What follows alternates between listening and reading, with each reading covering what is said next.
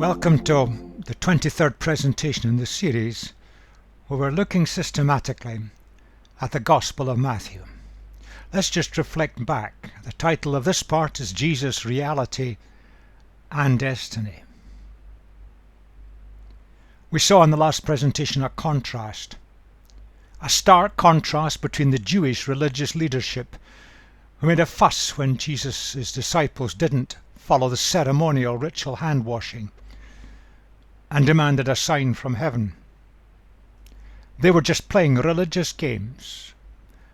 They didn't want their cozy religious system disturbed.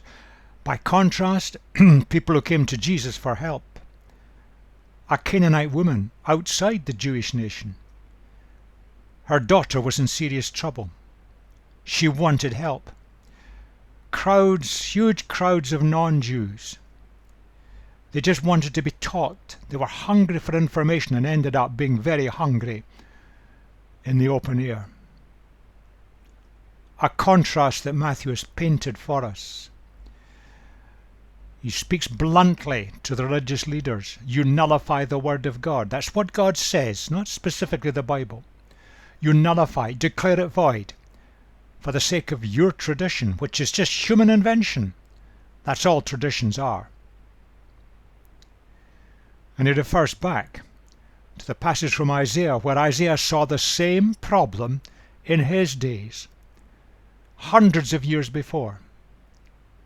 Religious ritual, religious performance, religious tradition, merely human rules.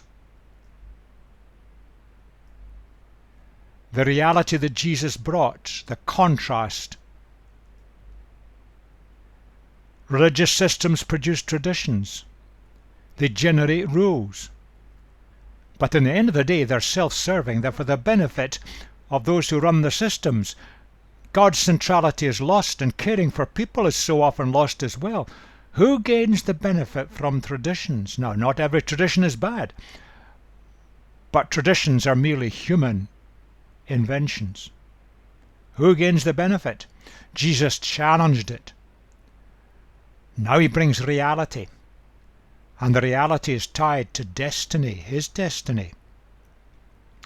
Jesus taught, he healed, he proclaimed the kingdom. His teaching confronted the social norms of his day, and they do the same today. His miracles bring release and healing to people. They still do today. And his lifestyle was of transparent goodness. And the lifestyle of the followers of Jesus today should be of transparent goodness. We very often failed on all three fronts. But just who is this Jesus who does these things? It was a question that confronted the people of his day. Wherever Jesus went, he provoked challenge, simply by the quality of his life, by what he taught, and by what he did. He still does that today. Now he stops, takes his close followers away from the maelstrom and the pressures of Jewish society, and asks them the blunt question, what do they make of it all? What have they got? What have they understood?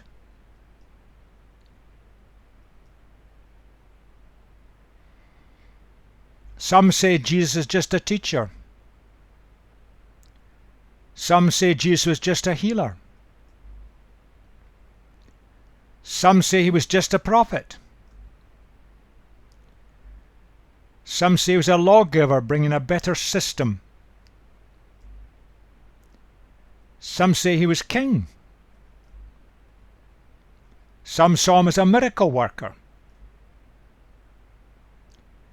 Fundamentally behind that, was he just a human being?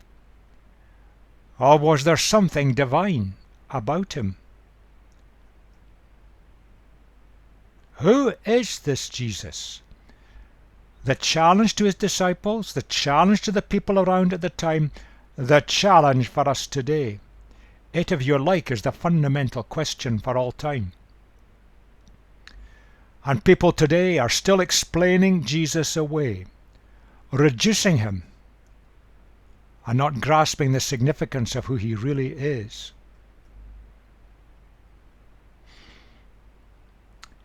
he moves out of Jewish territory. He goes north to the little town of Caesarea Philippi, a Roman place, away from the pressures of all these religious leaders who are out to get him. And three events happen there. He starts by asking his disciples, his close followers, who he really is. What do they see? What have they grasped? What have they got? He then shows what he has to do, and they don't like it. And finally, he shows who he really is. They'd got part of it. Now he takes them one step further. Three events that link to each to the other. Let's look at the first bit of it. When Jesus came to the region of Caesarea Philippi, he asked his disciples, "Who do people say the Son of Man is?" They replied, "Some say John the Baptist, others say Elijah, and still others Jeremiah or one of the prophets." "But what about you?" he asked. "Who do you say I am?" Simon Peter answered, "You are the Messiah, the Son of the living God." Jesus replied, "Blessed are you, Simon, son of Jonah, for this was not revealed to you by flesh and blood, but by my Father in heaven. And I tell you that you are Peter, and on this rock I will build my church, and the gates of Hades will not overcome it. I will give you the keys of the kingdom of heaven. Whatever you bind on earth will be bound in heaven, and whatever you loose on earth will be loosed in heaven." Then he ordered his disciples not to tell anyone that he was the Messiah.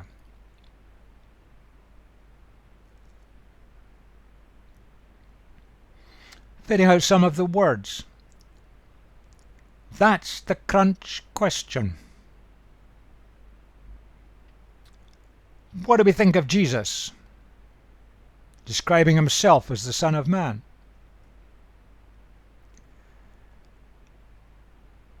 They reply that some see him as John the Baptist come back to life again. Now, John the Baptist stood on the threshold of the kingdom. His message was, the kingdom is at hand. But Jesus was the door through whom mankind could enter the kingdom. Elijah waged war against false religion with prayer and miracles, quite amazing miracles.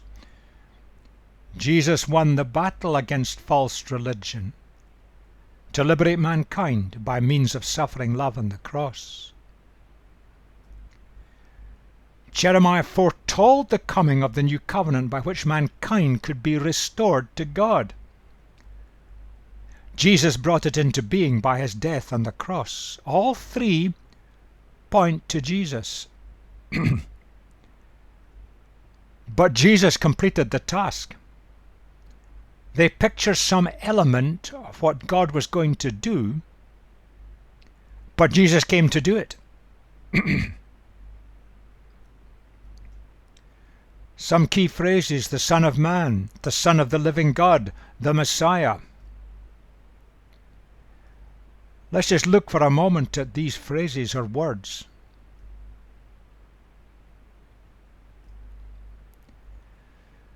Now, the phrase Son of Man comes from the book of Daniel. We saw this before, but it's worth looking at it again. It's so often misunderstood.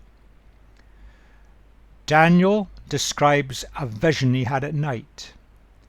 Before me was one like a son of man. Notice, like a son of man, like a human being, coming with the clouds of heaven. He approached the Ancient of Days, that's God, was led into his presence. He was given authority, glory, and sovereign power. All nations and peoples of every language worshipped him. So here's a human being brought into the presence of God. Now people are worshipping him as God. His dominion is an everlasting dominion that will not pass away, and his kingdom is one that will never be destroyed. Son of Man is a picture of a human being.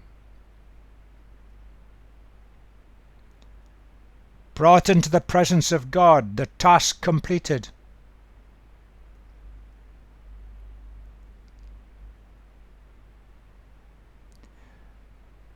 We could see this in one sense as Jesus on the day of ascension, returning to God and to heaven's glory.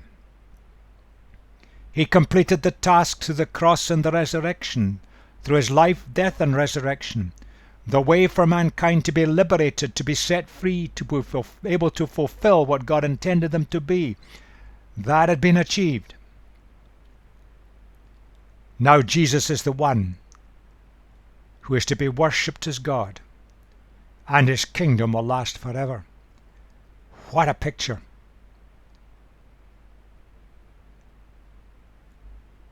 Daniel probably couldn't have grasped it or fully understood it. But Jesus is God, who came limited by choice within a human being. He was like a human being. He was totally human. He completed the task that God gave him to do. Came back to the presence of God and now is to be worshipped with a kingdom that will never be destroyed.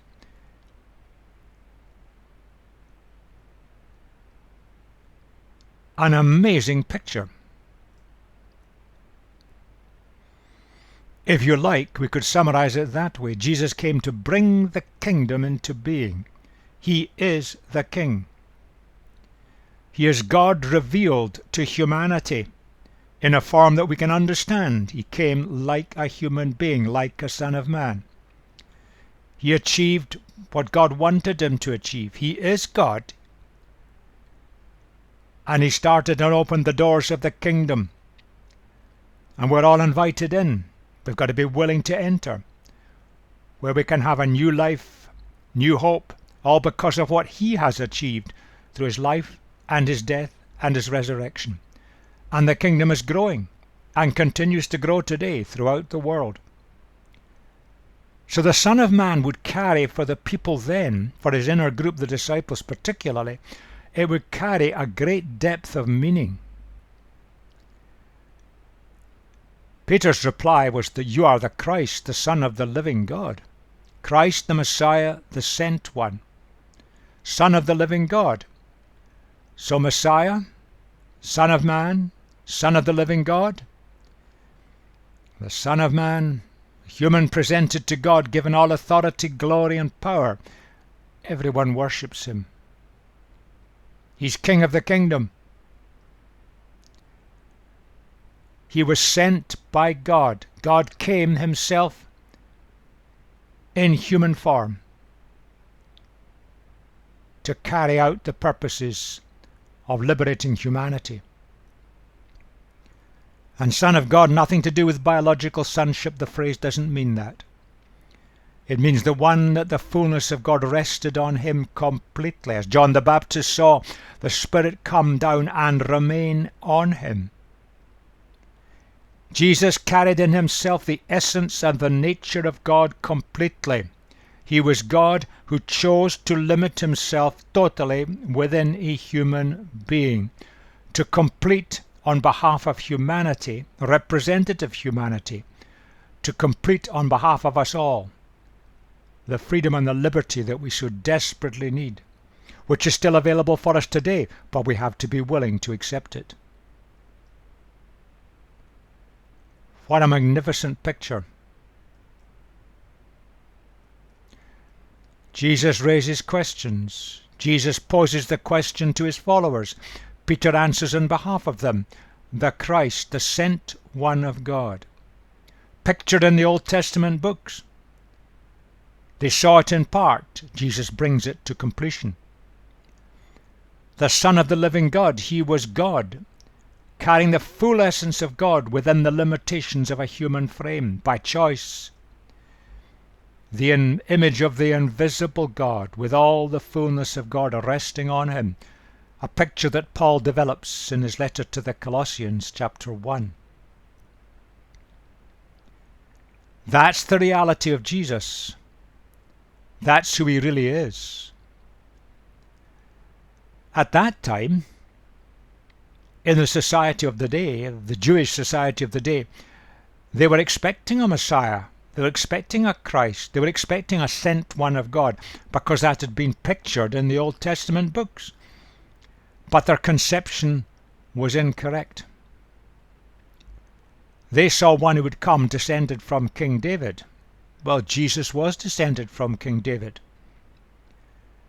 But they saw him as one who would come to restore the nation to the glory and independence it had known under the first David, about 1,000 years before. So their picture was nationalistic, political. They saw the Messiah coming to liberate the nation, to restore the nation, to drive out the Romans. Peter's declaration showed that he had grasped, and perhaps many of the disciples had grasped it also, he had grasped many of the key ideas. The Messiah, the Son of the living God, God coming in human form. Jesus possessed all the nature and the essence of divinity. But there were limitations to what Peter had understood. He hadn't grasped that the role of Jesus to deal with mankind's problems was by means of suffering and dying on a Roman cross. Peter hadn't got that, and it's not surprising. If we'd been in his shoes, we wouldn't have got it either. You see, the conception of the Messiah at that time in the nation was wrong. Peter's conception was moving. The disciples' conception was moving. But they hadn't fully got it. That the way to break the stranglehold on mankind was not by driving out the Romans in a nationalistic program. It was by means of suffering love. And that's something that societies throughout the world have great difficulty in grasping. Suffering love holds the key for the people of God today in breaking the stranglehold gripping humanity.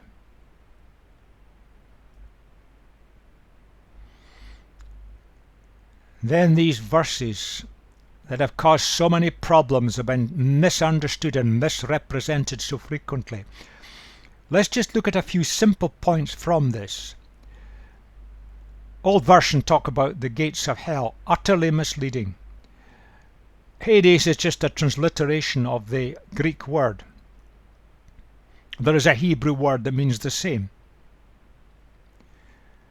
And it just means the place of the dead. And gates of Hades is a kind of phrase that carries the meaning of the powers of death. Death won't overcome this. It's nothing to do with hell at all. Death will not overcome this.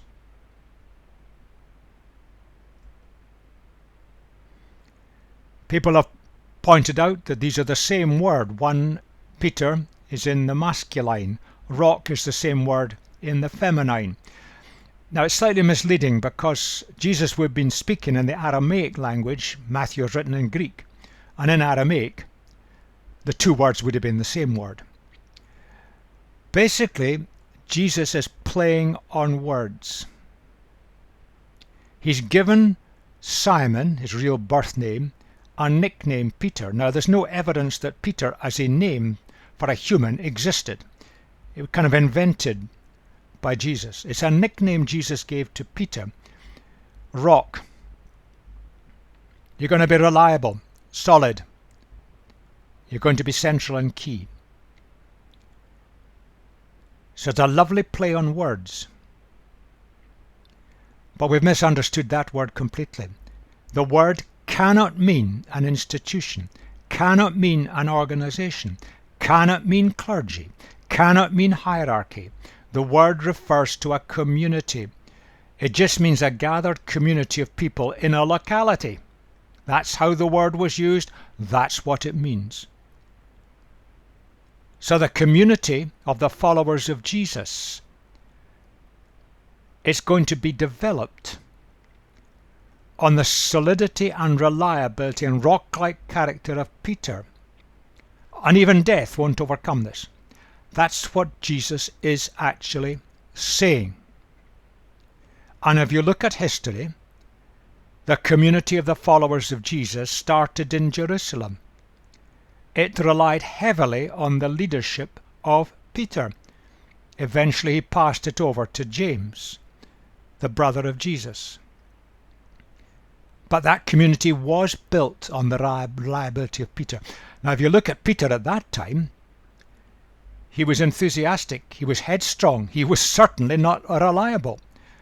Jesus transformed him into becoming the reliable leader and guide of the early followers of Jesus in Jerusalem, where it all started. And the keys of the kingdom of heaven, these are storehouse keys, they're not entry keys. Peter would be in a position to bring out the resources that the early community of the followers of Jesus would need to survive, to grow, to multiply and develop. And if you look at history, it's precisely what he did.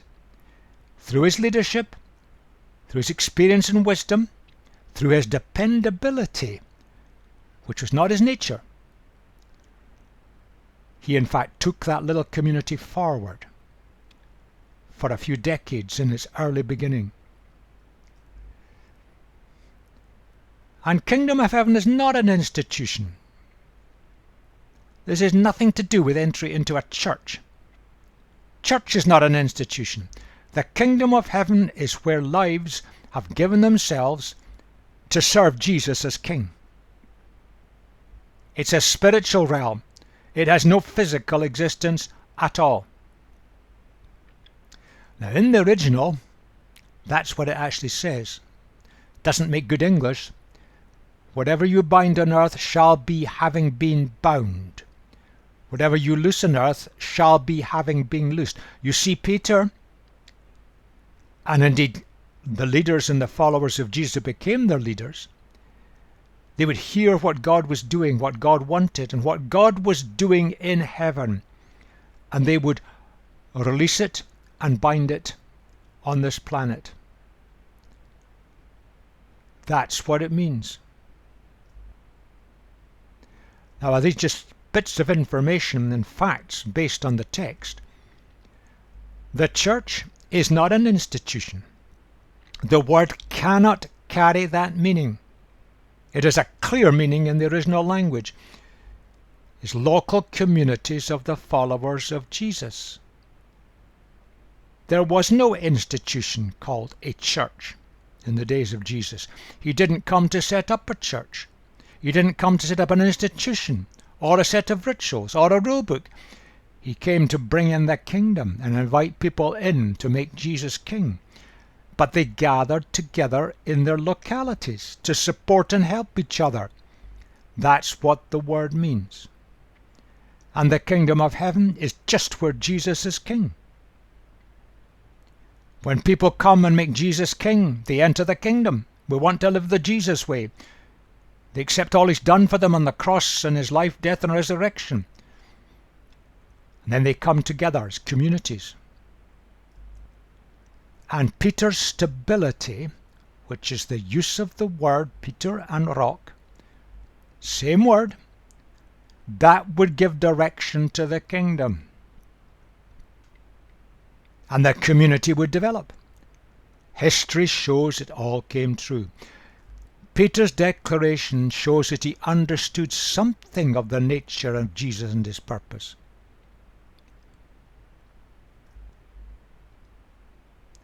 But he didn't understand how Jesus would achieve it. Well, that's not surprising. He could not grasp how Jesus would have to go to a cross to set this whole thing in motion.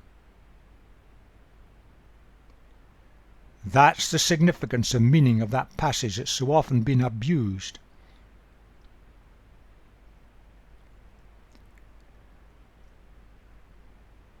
Corporate identity of the new international people of God.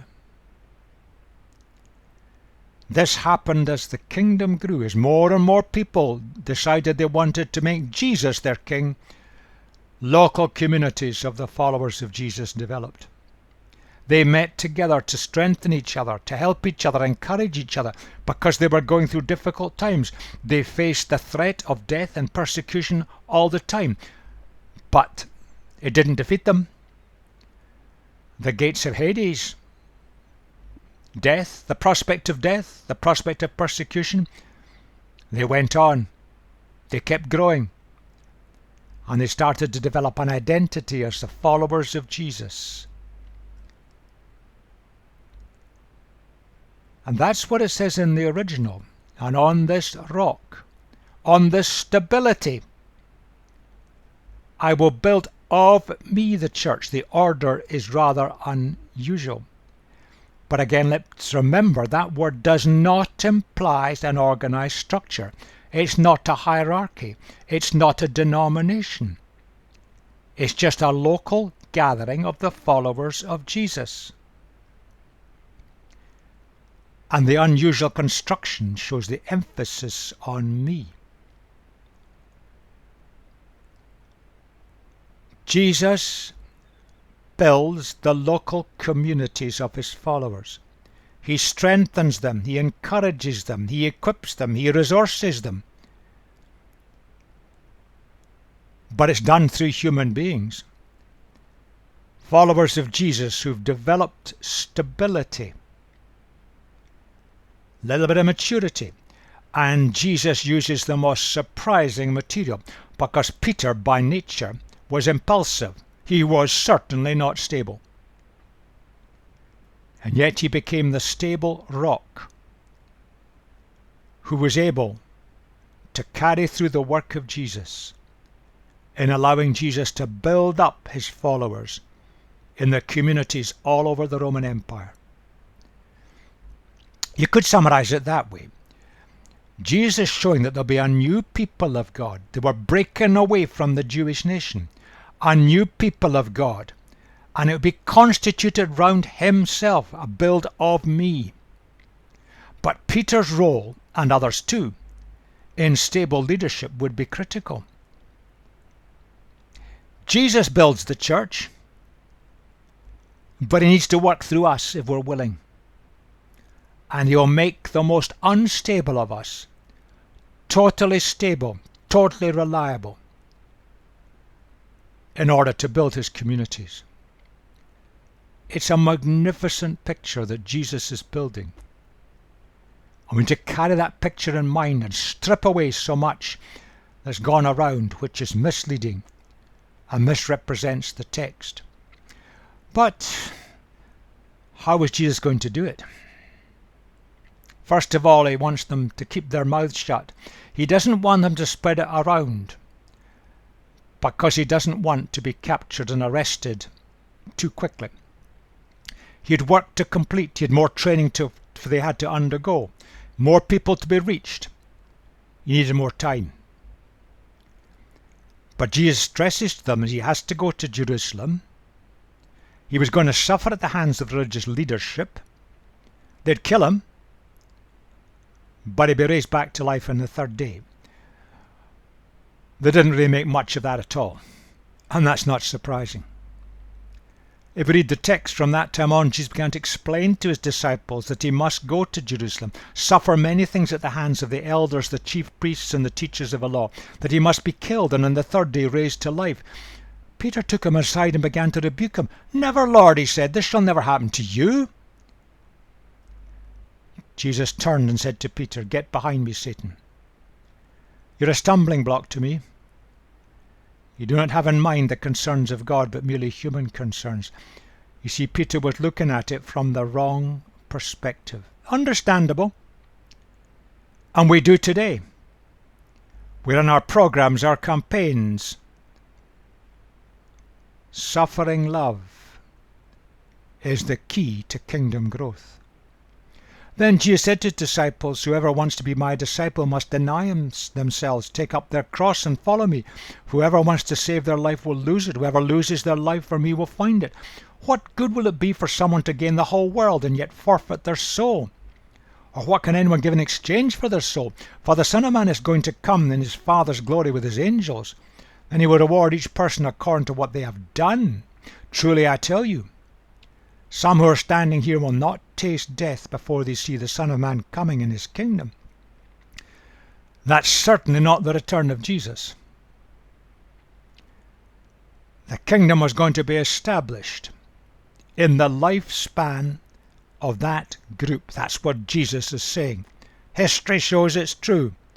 The kingdom was established, started to grow and spread throughout the Roman Empire.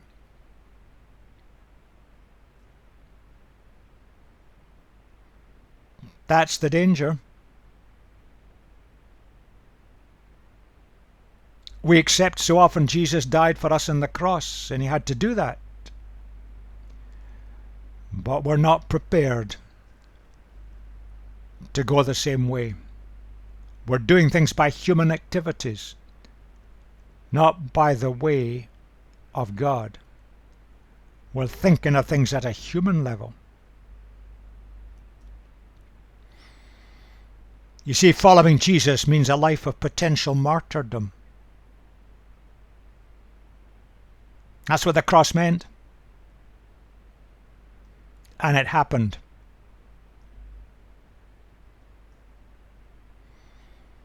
It's a question of priorities. Fulfillment in life comes from going the way of Jesus, and the way of Jesus is the way of suffering love. It's not a human logical way. Where are our values? The word soul means our whole being. Everything that makes you the you that you are. Your personality, nature, intellect, emotions, the lot. The you that's you is so precious. Jesus came for it to release us to fulfillment. And there are consequences from all of this. Consequences for us now and hereafter. The challenge of Jesus. And the kingdom was coming soon. In the lifetime of these followers of Jesus, the kingdom was established and growing rapidly. The Son of Man coming in his kingdom. When Jesus ascended to heaven, everything of the kingdom was released and left with his followers. The kingdom then started, and the rate of growth was quite amazing when we look at it from a statistical sense, as it spread all throughout the Roman Empire, rapidly and quickly.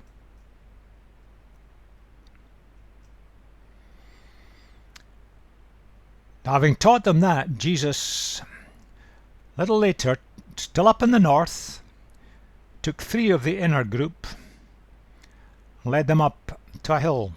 There he was transfigured before them. His face shone like the sun, and his clothes became as white as the light.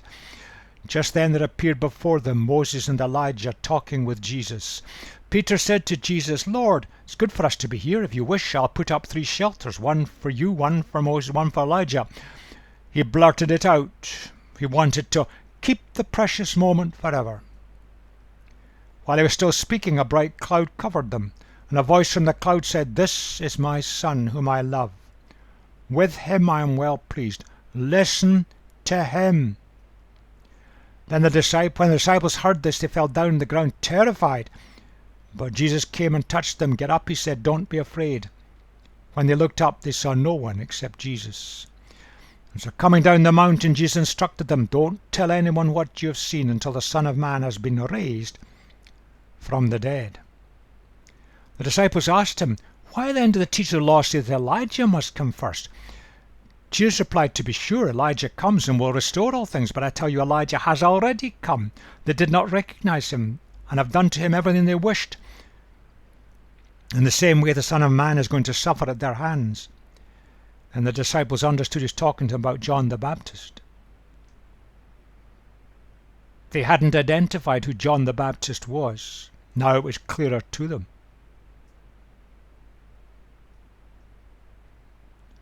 This great vision, Jesus was taking the group apart, challenging them, what is their understanding of him, showing them what he had to do to achieve his destiny, and then reality breaks through. Moses led the people of God from slavery to freedom. Jesus leads all who will follow him from slavery to freedom. Elijah challenged the people of God to return to that freedom and not compromise with idolatry. Jesus challenges us to return to the freedom that he brings and not compromise with worshipping other things. You see, time is kind of telescoped together. Deuteronomy pictures a Messiah coming, one who be like Moses. Jesus fulfilled that. Malachi pictures someone coming before the Messiah who be like Elijah. That was John the Baptist. Both men symbolized the coming of the Messianic age. Both men symbolized the coming of the Messiah, the Christ, the sent one of God.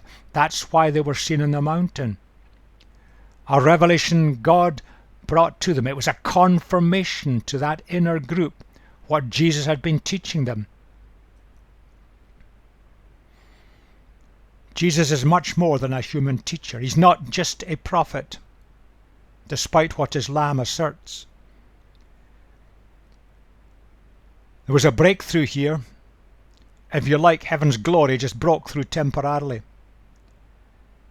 He was going to do what Moses and Elijah were kind of picturing, but complete it. And the voice from heaven confirmed his identity.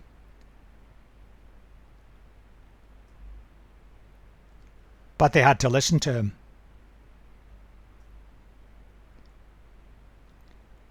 Many years later, Peter said that, for we did not follow cleverly devised stories when we told you about the coming of our Lord Jesus Christ in power,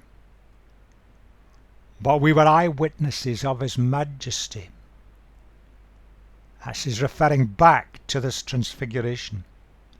He received honor and glory from God the Father when the voice came to him from the majestic glory, saying, "This is my Son whom I love, with him I am well pleased." We ourselves heard this voice that came from heaven. We were with him on the sacred mountain. Peter, decades later, looking back, realized the significance of this remarkable experience. Jesus' reality and destiny. Who is Jesus? The challenge that he was bringing to the nation of the Jews, the challenge that he now brought to his inner group of followers. 3 events. Had they got it? Did they recognize who he really was? And the answer is yes, in large measure. Jesus shows what he has to do. Jerusalem, suffering, execution, resurrection. They didn't get it. Not surprising. And then on the mountain, the inner 3, get this insight into who Jesus really is. God entered our humanity through a human life, and this shows who Jesus really is. And he came to set humanity free by means of suffering love, reflecting the very nature of God himself, for Jesus carries all the fullness of God in him. 3 events, a magnificent picture. The words of Peter, "You are the Christ, the sent one of God, the Son of the living God." Son of, nothing biological. It means that Jesus carried within him all the fullness of the essence of divinity. Pictured on the mountain as the Lord of glory with all authority and power, completing the picture that Moses and Elijah had grasped in part these centuries before. Son of Man, pictured in Daniel, the one who completed the task of God and was brought into the presence of God to be given an everlasting kingdom where he'd be king forever and worshipped by humans. Son of God, carrying the full essence and the nature of God within him. God in human flesh. But that was the shaker.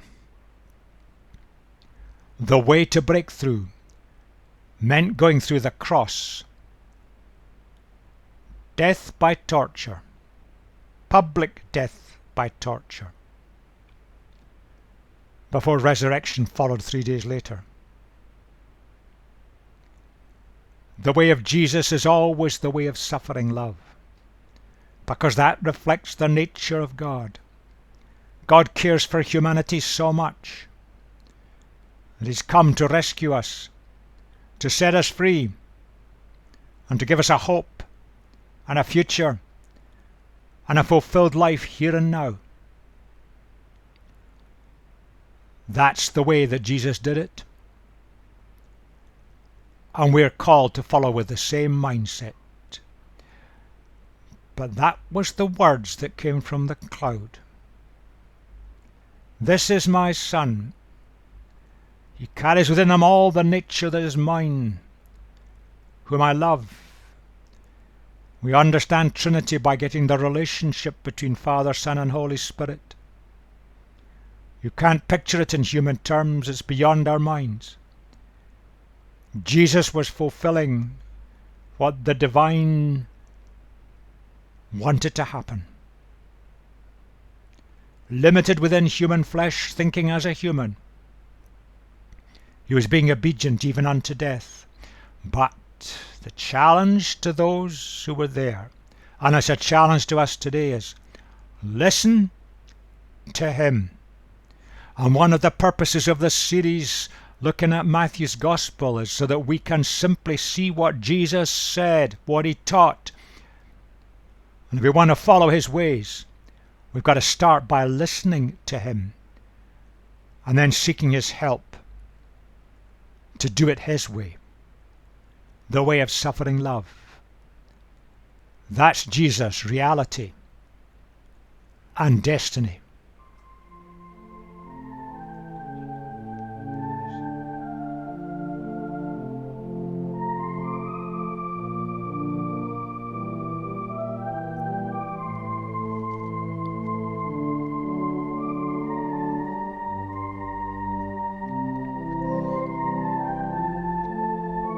With this revelation for the disciples, in the next presentation we see Jesus moving on, training the disciples for what would lie ahead.